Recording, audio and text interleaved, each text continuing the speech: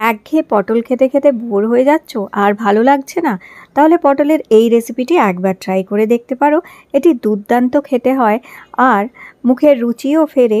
তার সাথে যদি এই গরমে কিছু খেতে ইচ্ছা করছে না, মনে হচ্ছে ভাতের সাথে এমন একটি পদ হোক যেটা দিয়ে সম্পূর্ণ ভাতটা খেয়ে নেওয়া যেতে পারে, তাহলে পটলের এই রেসিপিটি দারুণ লাগবে। এবং এই গরমে ঘন্টার পর ঘন্টা ওই গ্যাসের সামনে দাঁড়িয়েও থাকতে হবে না।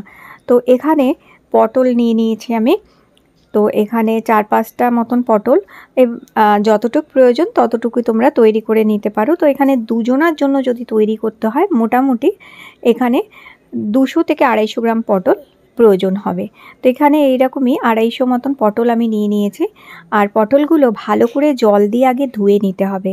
ভালো করে জল দিয়ে ধুয়ে নেওয়ার পরে পটলগুলোর দুই দিকটা একটু শুধু কেটে বাদ দিয়ে আর লম্বালম্বিভাবে এইভাবে চিড়ে নিচ্ছি। পটলের খোসা ফেলবো না, কারণ পটলের খোসার মধ্যে প্রচুর পুষ্টিগুণ থাকে, যেগুলো আমাদের শরীরের জন্য ভীষণ উপকারী। আর সবথেকে ভালো জিনিস যেটা, প্রচুর ফাইবার থাকে, আমাদের পেটটা পরিষ্কার রাখতে সাহায্য করে, ওজন কমাতে সাহায্য করে, সুগার কন্ট্রোল করে, ডায়াবেটিসকে কন্ট্রোল করতেও এই পটলের খোসা কিন্তু ভীষণ উপকারী। তাই আমি খোসা ছাড়াইনি, এইভাবে কেটে নিয়েছি। আর একটা টমেটো নিয়েছি। আজকের রেসিপিটা আমি করার জন্য এখানে ব্যবহার করছি আগারো রিগেল এই ইলেকট্রিক রাইস কুকারটা।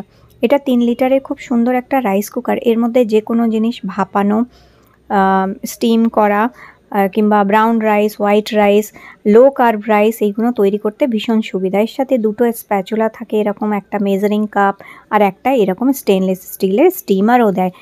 এই যে গ্যাসের সামনে গরমের মধ্যে বেশিক্ষণ দাঁড়িয়ে থেকে রান্না করতে যখন ইচ্ছা করে না, তখন এই ধরনের রাইস কুকারে নানান রকমভাবে রান্না করে সময়ও বাঁচে এবং খাটনিও বাঁচে।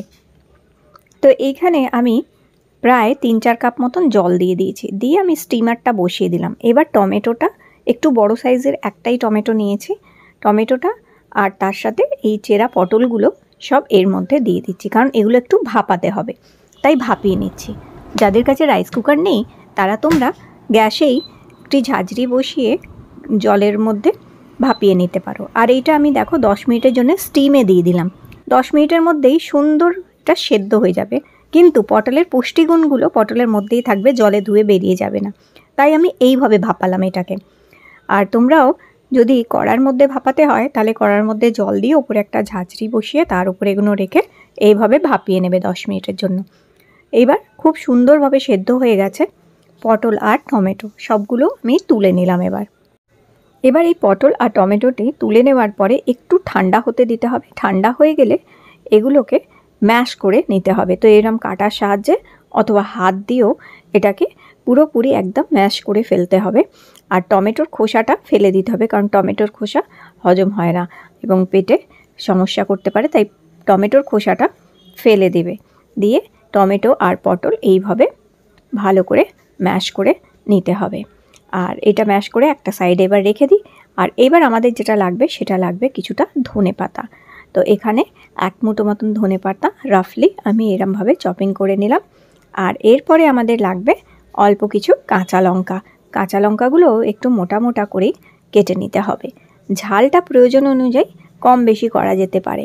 একটু স্পাইসি খেতে হলে আর একটু কাঁচা লঙ্কা এখানে ব্যবহার করা যেতে পারে। এবার একটি কড়ার মধ্যে মাত্র 1 ছোট চামচ সর্ষের তেল দিলাম। এটি সর্ষের তেলে খেতে দুর্দান্ত লাগবে। আর একটা শুকনো লঙ্কা আর একটু কালো জিরে ফোড়ন দিয়ে দিলাম। কেউ যদি রসুন এবং পেঁয়াজ খেতে চান, তাহলে এই সময় একটু রসুন আর পেঁয়াজ কুচিও এখানে দেওয়া যেতে পারে। তবে আমি এটা সম্পূর্ণ নিরামিষভাবে রান্না করছি।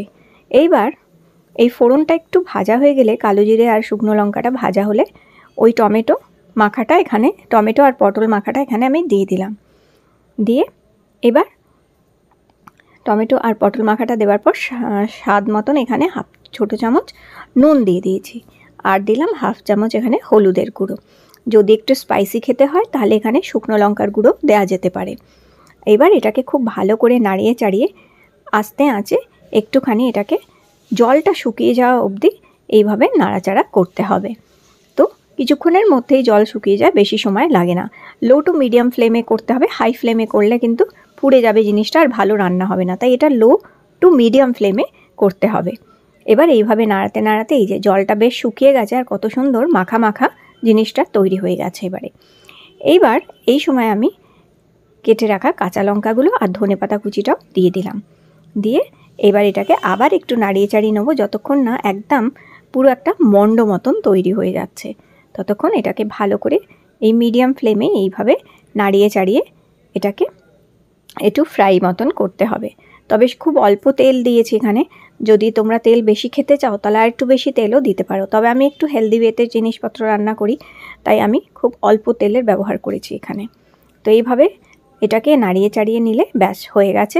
দুটো ভাগে আমি ভাগ করে নিলাম, যেহেতু আমি প্রথমেই বলেছি আমি দুজনার মতন রান্না করছি 250 পটল দিয়ে, তাই দুটো ভাগে ভাগ হয়ে গেছে। ব্যাস এখানে আমি নিয়ে নিলাম একটা প্লেটের মধ্যে আমার মাপ মতন ভাত, আর তার সাথে এই পটলের ভর্তাটা, যেটা সম্পূর্ণ নিরামিষ এবং খুবই অল্প তেল দিয়ে তৈরি করা। তো এই পটলের ভর্তা অবশ্যই গরম ভাতের সাথে খেয়ে দেখো, দুর্দান্ত লাগে। আর কিছুই খাবার প্রয়োজনই হবে না, এটা দিয়েই সম্পূর্ণ ভাত খাওয়া যায়, কারণ এটা খুব টেস্টি খেতে হয়। আর যারা ওজন কমাতে চাইছো তারা এরকম অল্প ভাতের সাথে বেশ একটু বেশি করে পটলের ভর্তা যদি খাও, তাহলে কী হবে, ওজন বৃদ্ধিও কমবে, ভুঁড়ি কমবে এবং খাওয়াটাও ভালো হবে। তাহলে আজকের রেসিপিটি ভালো লেগে থাকলে লাইক দিও, চ্যানেলটি সাবস্ক্রাইব করে রেখো। আবার দেখা হবে তোমাদের সাথে নতুন একটি রেসিপির সাথে।